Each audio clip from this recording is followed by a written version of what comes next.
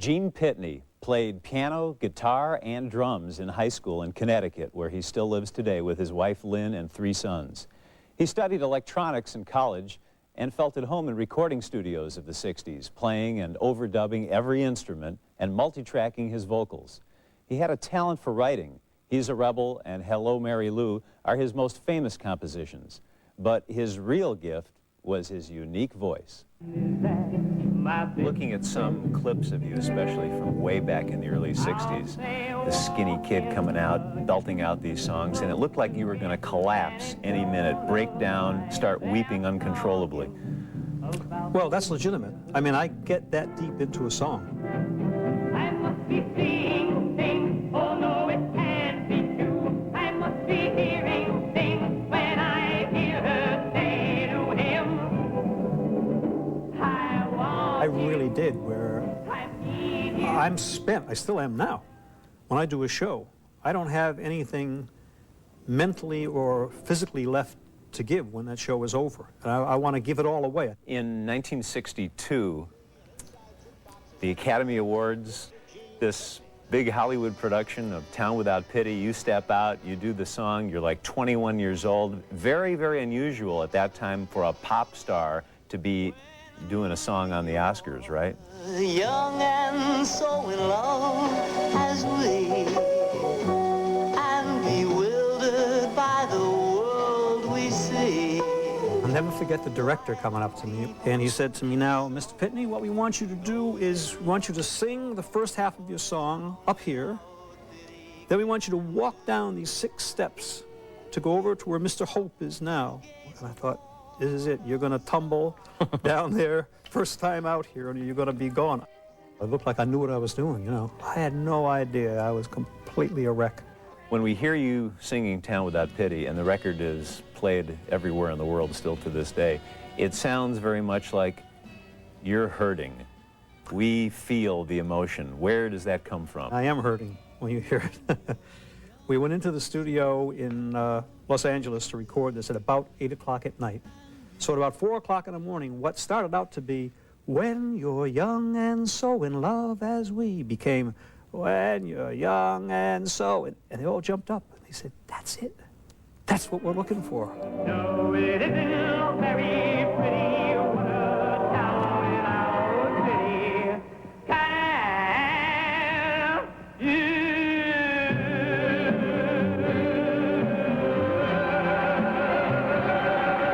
Did you do The Man Who Shot Liberty Valance? Did you get to do that because of the success of Town Without Pity? Absolutely. Town Without Pity, because it made the film a success. We were inundated with scores from films that were being sent in. And when that one came in, it was impossible. I mean, you couldn't turn it down. It was Backrack and David that wrote it.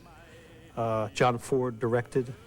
Jimmy Stewart, Lee Marvin, and John Wayne in the film. I mean, pretty heavy-duty stuff. The man who shot Liberty Valance, he shot Liberty Valance. He was the bravest of them all. How did it feel in November 1962 when the #2 record on the charts, the #2 record is Only Love, and #1 is He's a Rebel. So the song you wrote keeps you out of the #1 slot. I mean, people thought that the #1 was important to me, to have my own song going at #1. I couldn't care less.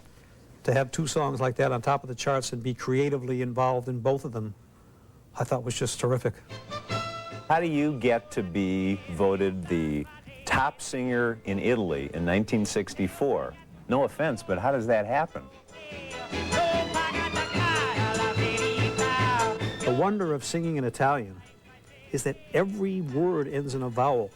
And for a singer to have every word end in a vowel, it's terrific. And the type of songs that they loved, what I call bravo songs. And the first time I was there, and I was singing, E se domani io non potessi rivedere te, mettiamo il caso. And the audience went, bravo, Pitney! And I thought, wow.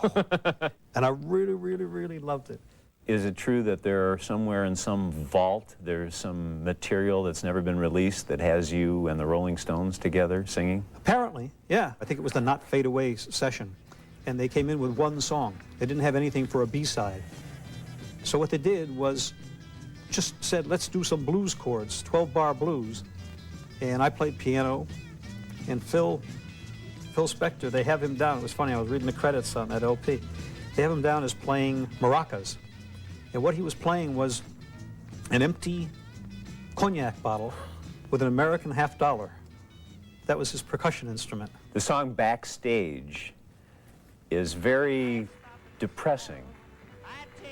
Do you really feel that way sometimes when you're out on the road performing? Backstage, I'm lonely. Backstage, I cry.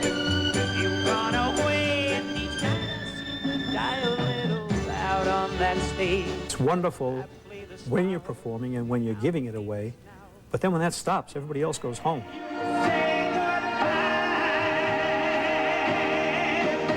Why, with all of your worldwide popularity for 30 years, you're a big overseas concert draw, and in this country, your records are on the radio all the time, and we never see you interviewed, ever, anywhere, anytime?